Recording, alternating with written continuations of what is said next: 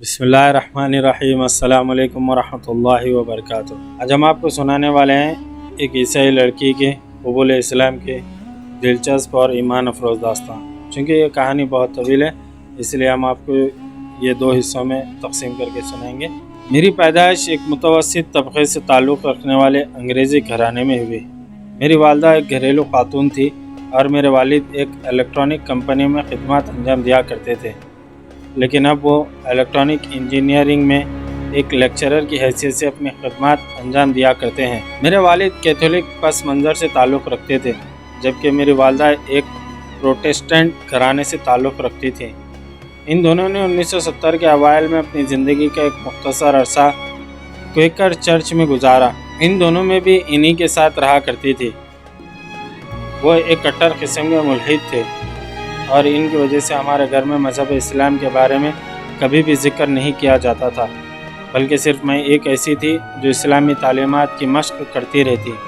میرے والدین نے یہ فیصلہ کیا کہ اگر میں مذہبی عقائد کو ماننے والی بننے کی خواہش رکھتی ہوں تو پھر مجھے اس کے لحاظ سے پلنا بڑھنا ہوگا، اور وہ بھی اس کی بھرپور تائید و حمایت کریں گے۔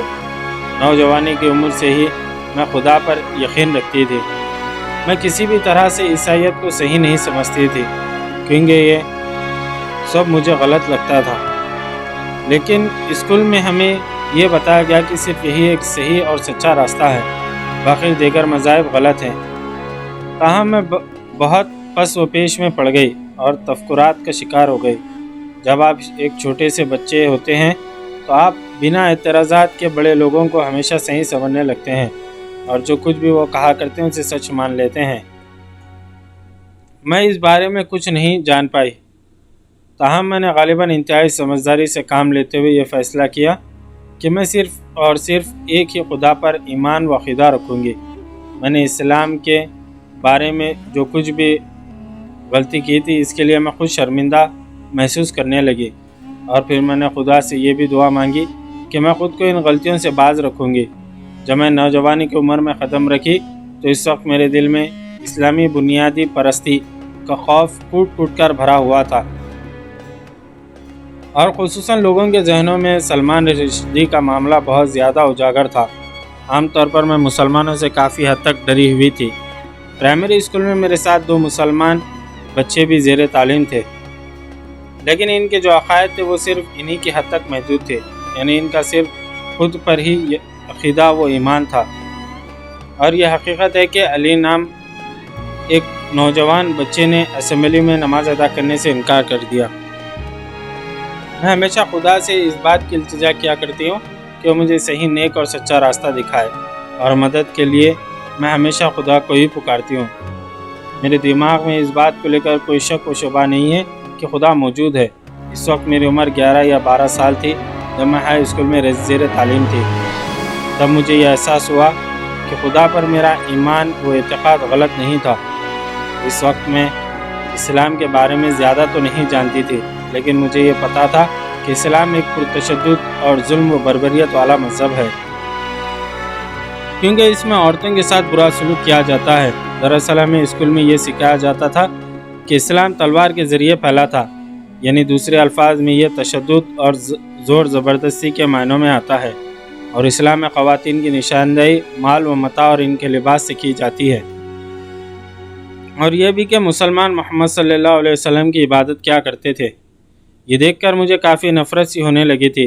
ہر بار جب بھی میں کسی مسلم خواتین کو مانچسٹر، جہاں ہمارے علاقے میں چندی مسلمان ہیں، شاپنگ کرتے ہوئے دیکھا کرتی تھی تو واقعی مجھے بہت برا لگنے لگتا تھا۔ انہوں نے ہمیں ایک سچی بات یہ بتائی کہ مسلمان صرف اور صرف ایک ہی خدا پر ایمان و عقیدہ رکھتے ہیں، لیکن ایمانداری کی بات یہ ہے کہ میں اس سے پہلے کچھ بھی نہیں جانتی تھی۔ میں نے دیگر مذاہب جیسے کہ یہودیت، ہندو مت اور بدھ مت کے تمام آداب و اطوار کو قریب سے دیکھا، لیکن وہ سب کے سب مختلف انسانوں کے بنائے ہوئے، یعنی انسان ساختہ یا متضاد دکھائی دیتے تھے۔ تاہم ایک دن میں نہیں جانتی تھی کہ مجھے کیا چیز چوٹ پہنچایا کرتی ہے، لیکن میں نے محسوس کیا کہ مجھے اس کا پتہ کرنا چاہیے کہ جو کچھ بھی مجھے سکھایا گیا ہے وہ سچ ہے یا نہیں، چونکہ مجھے یہ بتایا گیا تھا کہ مسلمان صرف ایک خدا پر ایمان و عقیدہ رکھتے ہیں، اور میں یہ دیکھنا چاہتی تھی کہ یہ سچ ہے یا نہیں۔ میں نے ایک مقابل لائبریری میں عناصر اسلام کے موضوع پر مبنی ایک کتاب دیکھی اور چپکے سے میں نے اس کتاب کو باہر نکالا اور براہ راست مسلمان خواتین کا سیکشن پڑھنا شروع کیا۔ تو میں اس بات سے حیران رہ گئی کہ جو کچھ بھی مجھے اسلام اور خواتین کے بارے میں سکھایا گیا تھا وہ بالکل اس کے برعکس ہے۔ اس بات میں کوئی شک نہیں ہے کہ جو کچھ میں نے پڑھا مجھے یقین ہے کہ وہ بالکل سچ ہے، اور مجھے یہ احساس بھی تھا کہ میری تمام تر دعائیں اور درخواستیں قبول ہو گئی ہیں۔ اسلام ایک سچا اور حقیقی مذہب ہے جسے میں اپنی پچھلی تمام تر زندگی تلاش کرتی رہی۔ میں نے فیصلہ کیا کہ مجھے کسی بھی صورت میں ایک مسلمان بننا ہے۔ میں نے اپنے ہاتھ میں آنے والی ہر ایک کتاب کا مطالعہ کیا۔ لائبریری سے مجھے قرآن کے ترجمے کی ایک کاپی مل گئی، لیکن اس میں مجھے کچھ بھی ٹھیک طرح سے سمجھ نہیں آیا کیونکہ یہ شکستہ انگریزی میں ترجمہ کی ہوئی تھی۔ میں جانتی تھی کہ یہ صرف ایک ترجمہ ہے اور مجھے اس سے کیا اخذ کرنا ہے۔ مجھے یہ کتاب کافی پسند آئی اور مجھے یہ بھی پتہ تھا کہ اسلام تمام تر انسانی زندگی کے لیے تھا اور اس سے کوئی بھی منہ نہیں موڑ سکتا تھا۔ تاہم میں نے اس بات کو مزید یقین بنانا چاہا۔ 1.5-2 سال کے لیے میں نے اپنی تعلیم ترک کر دی اور جنوری 1997 میں مجھے ایک چیٹ روم میں جانے کا موقع ملا جس نے میری زندگی بدل کر رکھ دی۔ یہ اسلامک سٹی کا ایک چیٹ روم تھا اور جو لوگوں کے لیے کافی مددگار تھا۔ دوسری مرتبہ جب میں وہاں گئی تو میں نے پوری دنیا کے سامنے شہادت یعنی اعلان کلمہ توحید پڑھا جو انسانوں کو مسلمان بنا دیتا تھا۔ میرے مسلمان ہونے کی یہ کہانی جنگل کی آگ کی طرح پھیل گئی۔ مجھے پوری دنیا سے مبارکباد دی گئی، پیغامات وصول ہونے لگے۔ اس وقت مجھے واقعی خوف سا لگ رہا تھا۔ مجھے لگا جیسے کہ میں ایک مشہور شخصیت بن گئی ہوں اور لوگ میری تلاش یا کھوج میں ہیں۔ اس وقت میں کلینکل ڈپریشن کی تشخیص میں تھی۔ میں خود کو بہت کمزور محسوس کر رہی تھی۔ بعض لوگ کافی ہمدرد، مددگار اور بہت ہی سمجھدار تھے، یہاں تک کہ ایک بھائی نے مجھے کتابوں کا ایک پیکج بھی روانہ کیا جن کی حفاظت کی غرض سے میں نے ان کتابوں کو میری ایک دوست کے مکان پہنچا دیا۔ حالانکہ چند ای میلوں میں مجھے خاموش دھمکیاں بھی دی جانے لگی جس میں مجھے یہ کہا جا رہا تھا میں جو کچھ کر رہی ہوں غلط کر رہی ہوں۔ یہ وہ لوگ تھے جن کی مجھ سے کبھی ملاقات نہیں ہوئی۔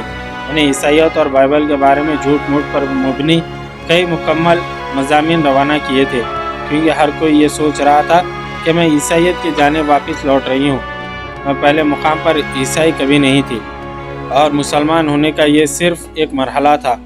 اس کے تعلق سے عیسائیوں کے جو خیالات ہیں اس کا تصور اچھی طرح سے کر سکتی ہوں، لیکن حقیقت یہ ہے کہ دیگر مسلمانوں نے اسے اختیار کرنے کے لیے سچ میں مجھے چوٹ پہنچائی اور خود کی اہمیت کو تباہ کر دیا۔ لوگوں نے مجھ پر تحقیر آمیز فقرے کسنا شروع کیے اور مجھ پر طرح طرح کے الزامات عائد کرنے لگے۔ اس کی وجہ میں نے خود پر شک کرنا شروع کیا۔ میرے اندر انٹرنیٹ کا ایک ڈر خوف طاری ہونے لگا اور میں نے خود کو اسلام سے دور کر دیا۔ میں اپنی حقیقی زندگی میں کسی بھی مسلمان سے واقف نہیں تھی اور مجھے یہ بھی نہیں پتا تھا کہ مجھے کس سے رابطہ کرنا چاہیے۔ میں خود کو کافی تنہا اور خوف زدہ محسوس کرنے لگی تھی۔ تاہم میں نے اپنے علاقے کے لوگوں کو اپنا دوست بنانے کے بارے میں غور کیا، لیکن ان کی صحبت مجھے ٹھیک نہیں لگی کیونکہ وہ منشیات کے عادی تھے۔ وہ شراب نوشی اور پارٹیوں کے قائل لوگ تھے۔ چنانچہ میں نے کسی کمپنی میں ملازمت کرنے کی ضرورت محسوس کی تاکہ میں خود کو غلط راہ پر جانے سے روک سکوں۔ ہر روز میرے لیے ایک ڈراؤنے خواب کے مانند گیا تھا۔ زیادہ تر اوقات میں مریضانہ طور پر جذباتی ہو جایا کرتی تھی اور اسکول میں لوگ مجھے دھمکیاں دیا کرتے اور میرا مذاق اڑایا کرتے۔ اس طرح یہاں پر اس قصے کا پہلا حصہ اپنے اختتام کو پہنچا۔ کل ہم انشاءاللہ اس کا بقیہ حصہ لے کر آپ کی خدمت میں حاضر ہوں گے۔ جزاک اللہ خیر۔